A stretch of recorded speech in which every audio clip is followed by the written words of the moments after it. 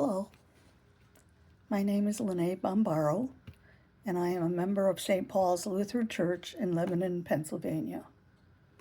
I am honored to be part of Regine Hensel's memorial service today. This is where I met Regine and Mike Hensel. They were active and well-respected members of our congregation. Regina served on church council and several years ago also served on a call committee. I was told that she was always available when meetings were put together and was considered a valuable member of this committee. We have quite a few members who are native Germans or of German heritage, and Regina would engage in conversations with them speaking in her native language. One member, Minnie Sperber, would happily speak with Regina on a regular basis, and Minnie has sorely missed Regina. I was told that Regina led a group from church to meet in her home and teach them how to crochet. Another member told me how she was grateful to Regina because she introduced her to Crystal, who had a horse, and Jen is an animal lover who also is an animal caregiver. So Jen now has a best friend in Crystal, thanks to Regina. Our congregation has missed those interactions. I was a newcomer, and it took me some time to get to know many people. I began serving on church council and became the treasurer. So on Sunday mornings after worship, I sat in a room while several church members counted the monetary offerings received during the worship service. Regina and Mike were two of the people counting the money. We would engage in casual conversation. I always told Mike how much I supported him as a mail carrier. I would see him doing his mail route sometimes as I traveled through town. Regina mentioned how at Christmas time, the ladies on Mike's route would always give him lots of baked goods. She sort of teased him about it. Regina was born and raised in Germany, and I told her I was of German heritage. One day, Regina and I were talking about being teenagers, and she said when she was 16, her mother had passed away and how it had affected her, and that her father remarried not too long after her mother's passing. It left Regina and her brother Martin a bit uncertain about their lives. I shared with Regina that my mother passed away when I was 18, and my father also remarried quickly after her passing. So it was a bond that formed between me and her. I believe we became kindred spirits on that day. Regina shared a book with me called Motherless Daughters, A Legacy of Loss by Hope Edelman. It had a deep impact on me. Regina and I discussed our grief and feelings of loss. We just clicked with each other. We were on the same wavelength. We would get together for lunch and just talk about family, kids, the future, politics, and church. She became a naturalized citizen and was very proud of that fact. She loved this country and stayed informed, engaged, and active in understanding the ins and outs of our governmental affairs. Regina was a beautiful person. She had sparkly eyes, rosy cheeks, and a mischievous smile. She had a wicked sense of humor, which I loved.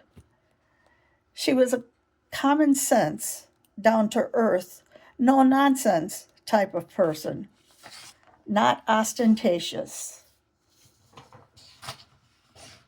Regina worked for the government in Fort Indian Town Gap, Pennsylvania, in the environmental division. She worked with budgets and numbers and was really good at her job. She was well respected by her coworkers and formed many friendships. These colleagues loved Regina too and have planned a picnic to commemorate her.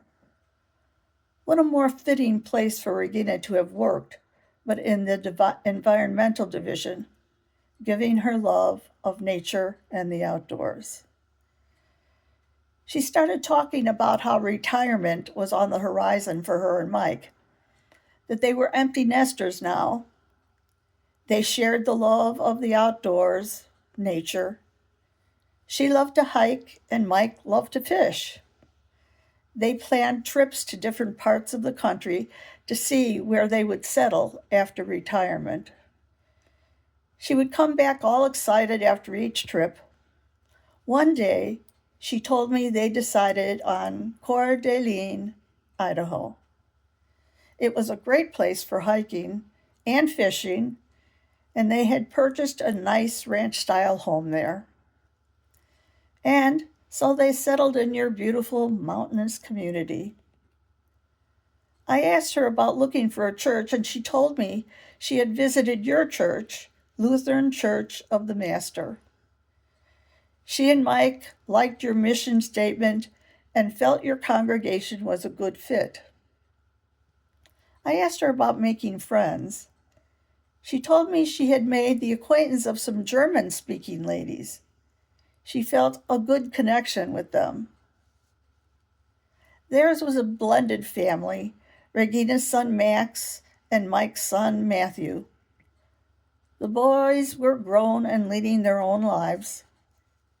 She was extremely proud of her son Max and was so excited when he became a nurse. Max and Kelsey had purchased land near Coeur d'Alene, so Regina and Mike would be moving closer to them. Matthew's future drew him to Arizona, where he met and married Madeline. One day, Regina called me and was so excited I thought she would burst. Max and Kelsey were expecting, and it was a girl. Ava was born, and Regina was so happy to be buying little girls' clothes and girly things. She would text me pictures of Ava and tell me how much she was enjoying him. Matthew and Madeline would also bring another additional joy of a grandchild, a little girl, too. I know she will miss not being able to shower Matthew's daughter, Elowen, with the same love and girly things. What a wonderful new life had begun for Regina and Mike. They could hike and fish and enjoy a glass of wine together at the end of the day. She texted me one day and said she had ovarian cancer. I was stunned. How could that be? What a cruel joke.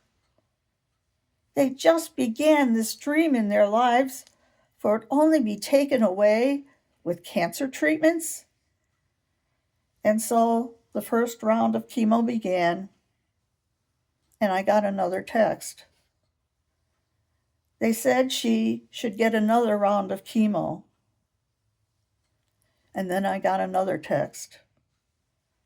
The chemo didn't get the job done, and she was starting an experimental treatment for ovarian cancer. I prayed this treatment would be effective. I texted her, "How are you doing?" She replied that she spent so much of her time in the recliner chair, just no energy. I felt like someone punched me in the stomach. My hiking loving friend was chair-bound. She texted me, "Going in for a scan to see if the treatment has worked. Keep the prayers coming." I handle the prayer chain for our congregation. I send out a daily short devotional and prayer concern and a thought for the day. Regina teased me because she would point out my grammar and punctuation were always correct. I never asked her if she had a favorite Bible verse or a favorite story. I just know she enjoyed receiving the daily prayers. Then she texted and said the cancer was still there and there was another experimental treatment. She told me she had had enough and she didn't think she wanted to do it. I told her that I would be there to support her all along the way, no matter what. And so we started a card shower for her, and her friends from here at St. Matthew's started calling and sending cards and fervently praying for her. I knew the end of her journey was coming. Excuse me.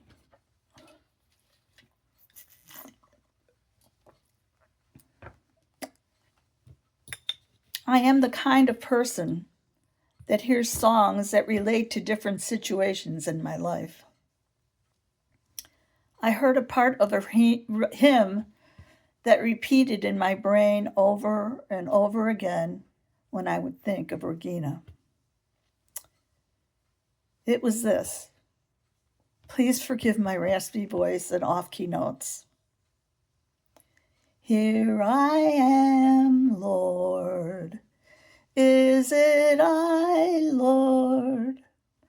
I have heard you calling in the night. I will go, Lord, if you lead me. I will hold your people in my sight. The Lord was calling her home, and she was ready for him. And so my friend Regina departed from this earth into the waiting arms of Jesus. Now, normally, when I know someone has died and I send my condolences, I will say that their loved one is dancing in the light of God. But with Regina, I believe Jesus was waiting for her with a backpack, hiking boots, and lederhosen. I just never saw her with a dirndl skirt and yellow braids, and telling her he would hike the mountains of the heavens with her. And she, with her rosy cheeks, sparkling eyes, and mischievous grin, joined him, and they are on their merry way in those lovely heavenly mountains, hiking and singing. Now, this brings another song to my brain that won't go away, and so I will share it with you because my friend Regina would want me to end on a joyful, happy note. So here it is.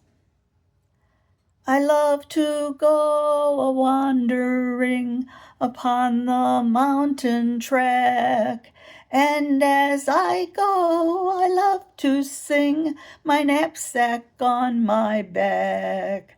Valderie, Valdera, Valderie, Valdera, Valderie, Valdera, my knapsack on my back. Our prayers go with your Pastor Kirk Anderson and his son Nathan as they face a difficult time. They will be included on our prayer list.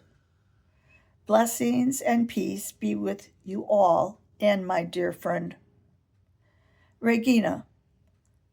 Put in a good word for all of us, please. Amen.